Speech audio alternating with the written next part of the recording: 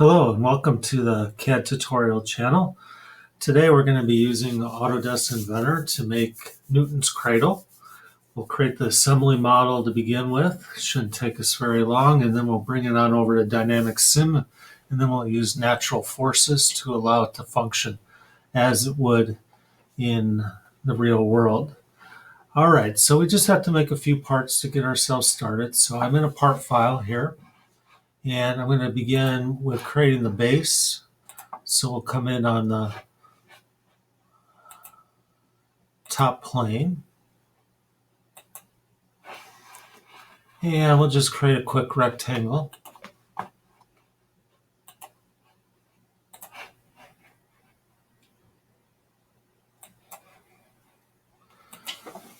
And I'm going to throw a couple dimensions on this. First dimension, we'll make it 8 inches by 5 inches. Okay, we'll finish that and we'll extrude it.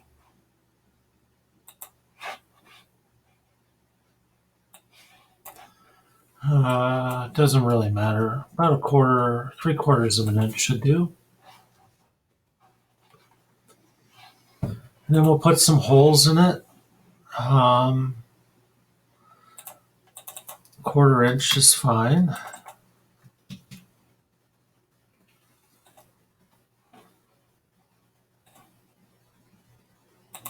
And we'll put them in 1/2 inch from the edge.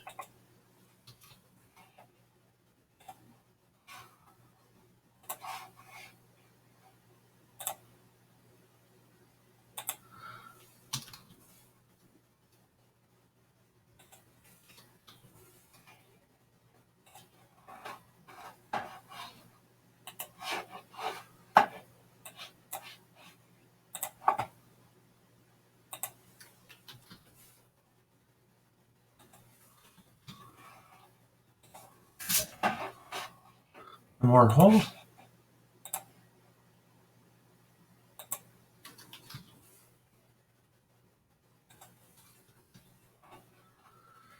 Okay, let's throw material on here. We'll just make it a wood base.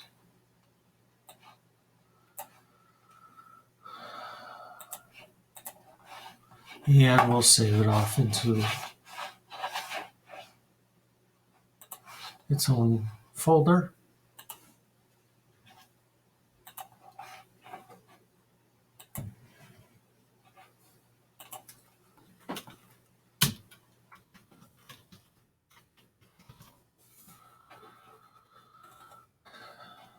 And we'll call it base. All right, first part's done. Go ahead and make another part file. And this will make the supports to hold the balls. Oop, I made an assembly file. We'll just save that for later.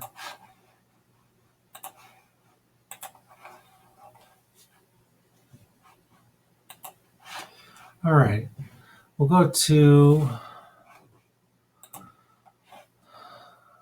side plane, and we're going to create a sketch. Come off the origin, we're going to go up, and then over, then back down. And we'll throw a few dimensions on this. Let's see. Let's make it 8 inches tall and 7 inches across. And let's just make it 7 by 7.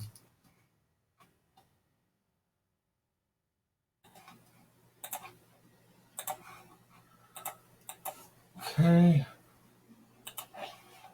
Then we'll throw a sketch in right here. Create a circle. And this will be the same size as our holes, so 0.25. Okay, I'm going to go back and edit the first sketch. And throw some fillets on the corners. We'll make it 0.375.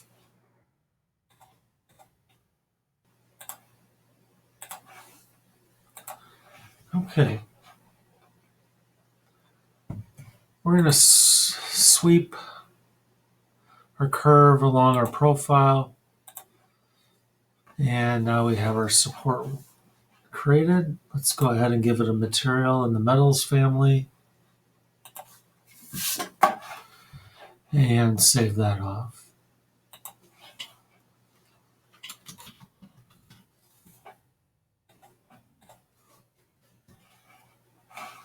All right, one more part file to make.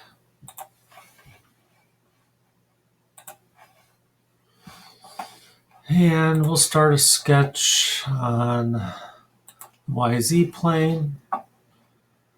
Create a circle. Make that 1 inch in diameter.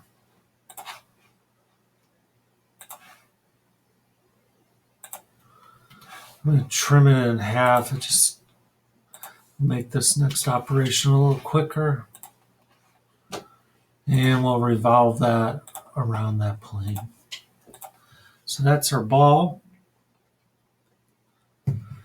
And now we need to make the strings. And in this application, the strings aren't actually flexible, so we'll make them rigid. That'll make the simulation work and function properly. So we need to start a sketch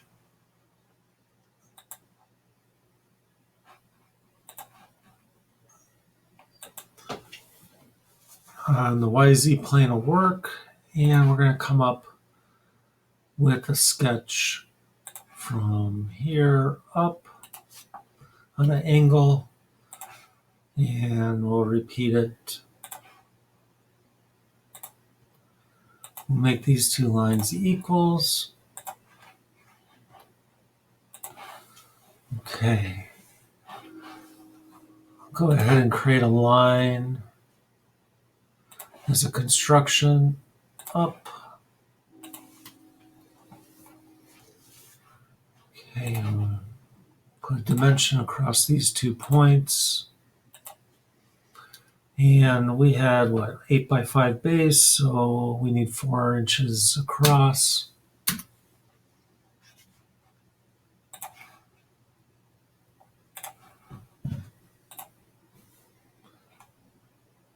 And we'll split the difference on this dimension. Okay. Finish that sketch. And we'll start a sketch on that plane.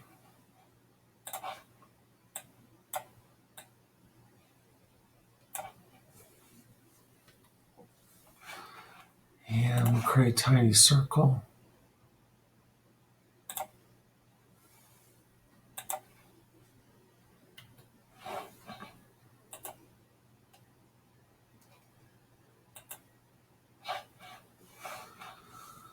Let's turn our solid body visibility off so we can see it. Okay. And let's put a dimension on that circle of 0.05. Finish that.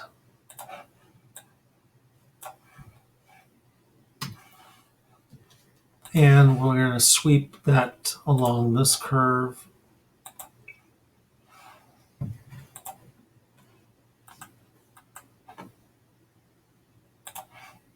Okay, so there we are. So this is our only material that really matters when it comes to the dynamic sim. We want to make sure that we have something with some mass to it. So we're going to give it the material of lead. And before we move on,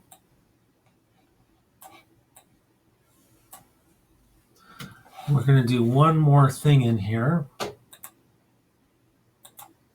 So I'm going to edit our original sketch. It's a diameter of 1. I'm going to make that 0.995. We're going to leave a small gap in between the balls. And then we're going to do one last thing, which is we're going to create a sketch on the side plane. And we're going to just project the geometry like so. Okay, and we'll save it off.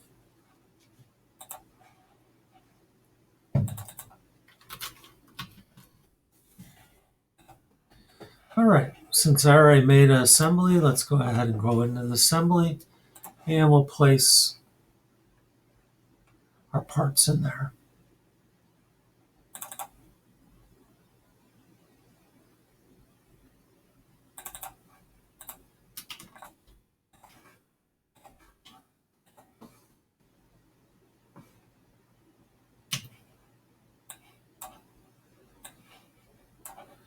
All right, step one is we're going to ground the base. We're going to remove all of its degrees of freedoms.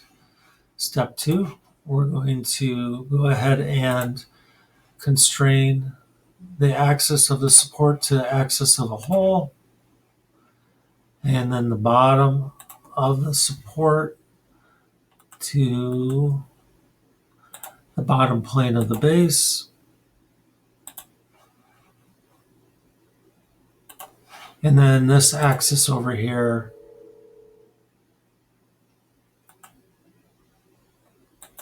to the hole axis. Okay, that should ground that part, and it should have 0 degrees of freedom available to it.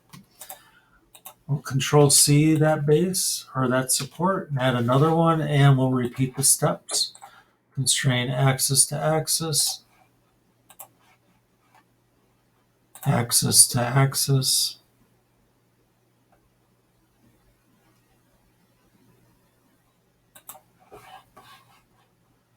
and bottom surface to bottom surface.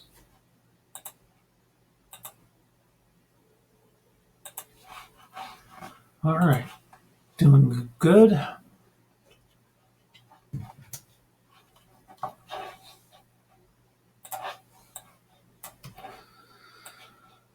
All right, we're going to do 5 balls in this, so let's go ahead and take care of that.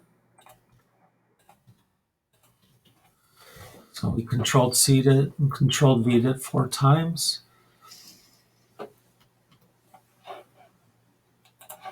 Now I'm going to make some work features that will help us in taking care of this. So I'm going to put a work axis in up across the top of the support and a second one on the other axis or on the other support. Then I'm going to do an offset plane off of here, and we got 7 inches to work. We're going to do 5. We're ½ inch in.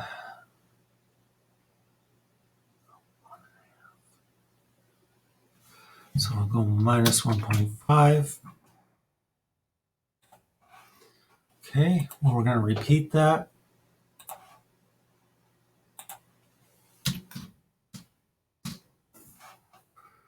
Do 5 planes.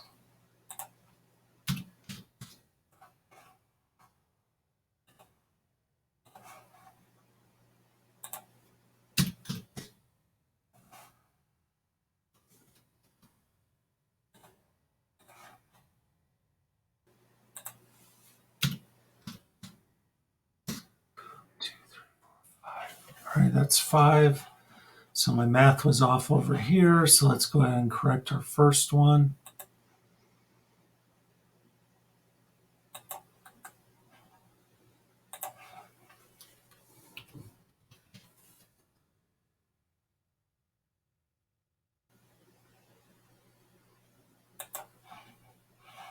Still off.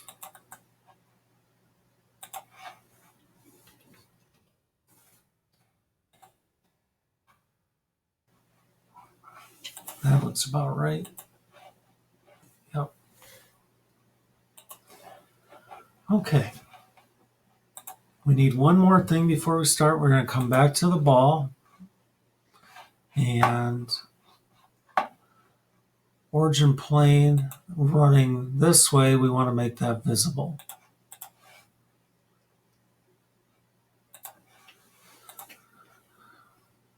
The constraining for these balls are going to be fairly easy for us. We're going to follow the same format on all of them. So it's just getting in the pattern to do it. Okay, so it goes like this. We're going to do our first constraint is going to be an axis to this point.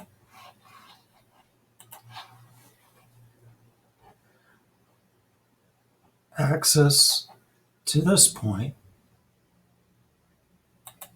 Make sure you get the little green dot to get you that point. So those two we need. Then we need to do a constraint with the point on one side, and we'll do it the same way on all of them to this work plane. Okay, so that's 3 constraints, and that should allow the ball to rotate up there at the top. I'm going to throw in one more constraint, but this one will be temporary, and that will be this plane to this plane. And that's just to keep everything lined up while we're setting this up. All right, so we got to do that 4 more times. So it's point, the green dot, to the axis, axis to green dot, then one side, point to plane, and then plane to plane. Okay, I'll do this as quickly as I can.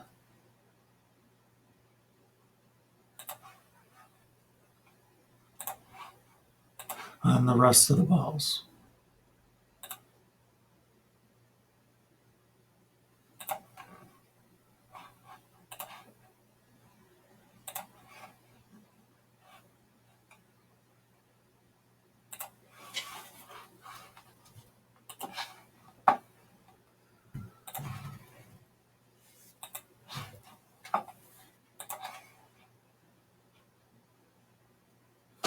That one's going to be okay.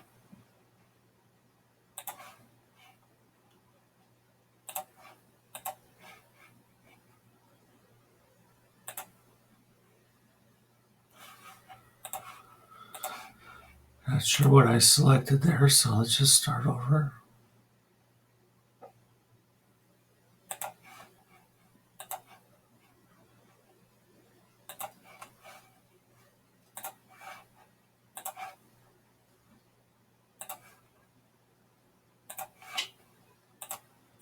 Last one.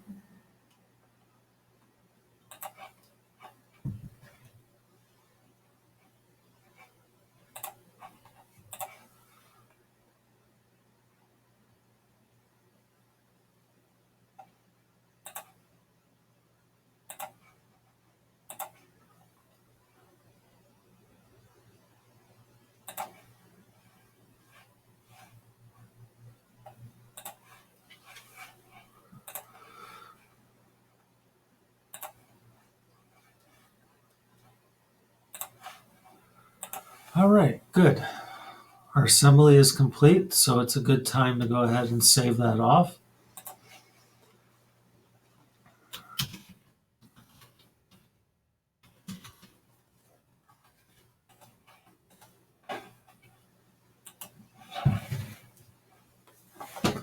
Okay, let's go ahead and go back to the ball part real quick, and let's turn the visibility of that plane off. We still have our sketch there, so that's good. We can go ahead and turn our work plane's visibility off. And we can turn the work axis visibility off as well. All right, so that gives us to this point here. Everything's in good shape. We have a small gap in between each of the balls. Everything is locked down right now. So let's go ahead and unlock that.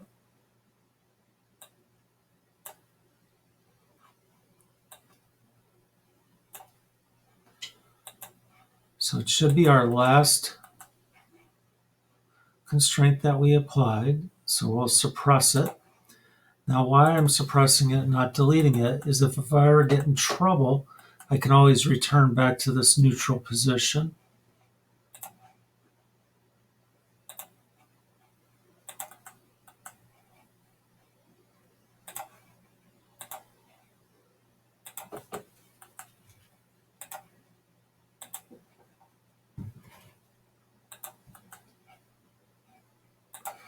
All right, now we're done with the assembly part of this, and we can go ahead and go over to Dynamic Sim. Before I go over there, one more save. And then we'll go ahead and go to Environments, Dynamic Sim. What we're hoping to see is in our grounded section, our base is grounded and our two supports are grounded. In our mobile group, we have 5 balls that are able to move or have a degree of freedom at least available to them. In our standard joints, we have 5 revolutionary joints, giving us 1 degree of freedom in rotation. So this came in exactly how we were expecting it to. Our first step to make this work is we're going to define gravity. We're going to use this edge right over here.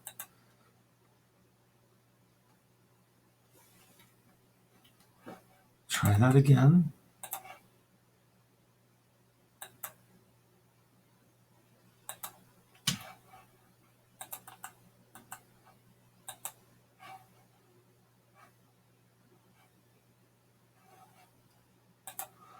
There we go. Okay, it's going the wrong direction, so I'll flip it. Gravity is in the right units, so we'll go ahead and click OK. Next step is we're going to find our first ball, which should be that one. And we're going to take the revolutionary joint, go into Properties, DOF1R. We're going to set its initial position to minus 89 degrees. Let's see what that does. Perfect.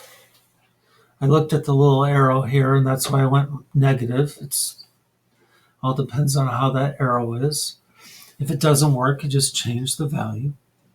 So now the ball's in a position where it should fall and start to act as how we're anticipating it to act.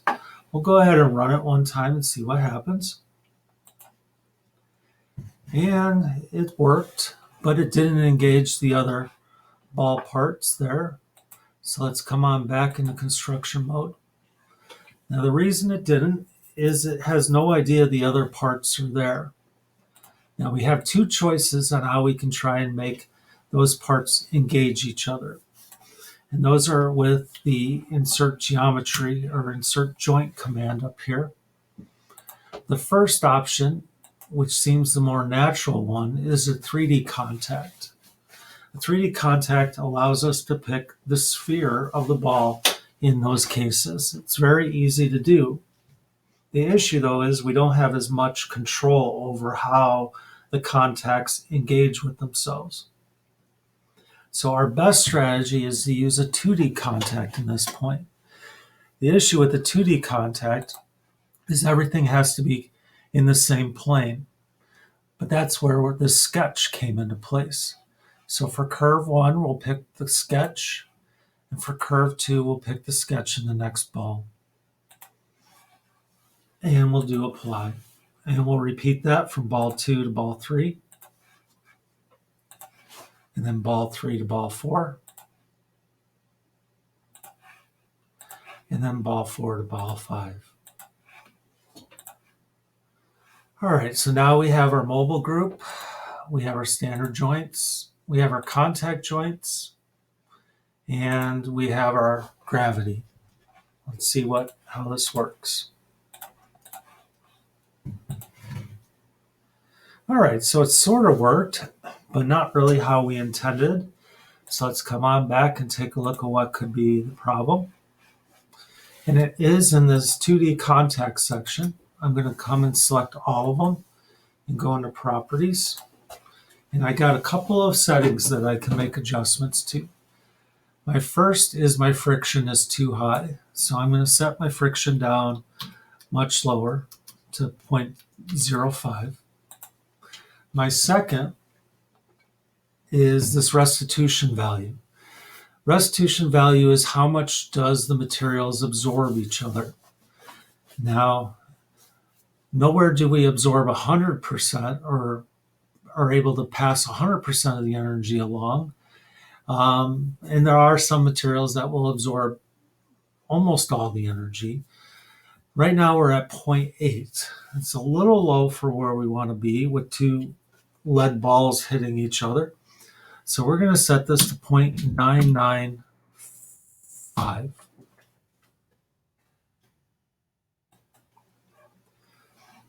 I'm just going to double check to make sure it did all four. Sometimes it doesn't, but it did in this case. All right, let's go ahead and give it a test run. There we go. It's working just as we intended. Let's make this a little longer.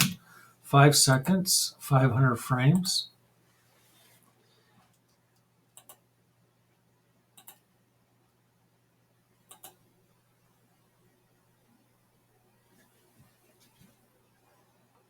Not too bad.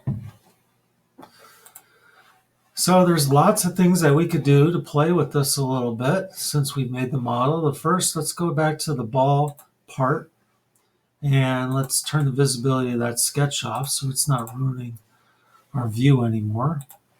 We're done with it. And one thing we can try and do is we could take, let's go back into construction mode. Let's take this ball, which is revolution 5, and let's edit or go into properties on that, DOF1R, and let's set its initial position to 89 degrees. And now we can go ahead and try this experiment with the balls, 2 balls in the air.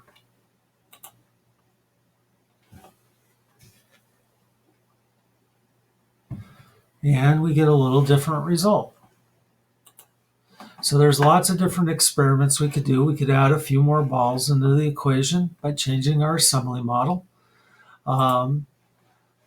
We can also take a look at one other feature before we end this video. And let's go ahead and put this ball back into its original position. So we want to put that back to 0.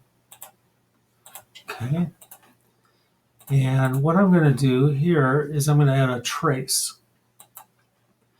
And I got 2 choices. I want to display the trace, but I also want to graph the trace. And I just want to do the first option here. And I'm going to put that in the center of that ball there. All right, now when we run it, we're going to get a little trace line showing us the center of that ball and where it's moving. And the great thing about that is we can go to the output grapher and we can go to traces and we can look at its position in the y-axis, I believe, and see how much height it's losing each time it moves. So this is the great thing about Dynamic Sim is not only does it give us this visual representation, but it gives us all the math that's going on in the background. So we can find out all these different points. We can search for maximum, which should be at the beginning. We can search for minimum, and we can move ourselves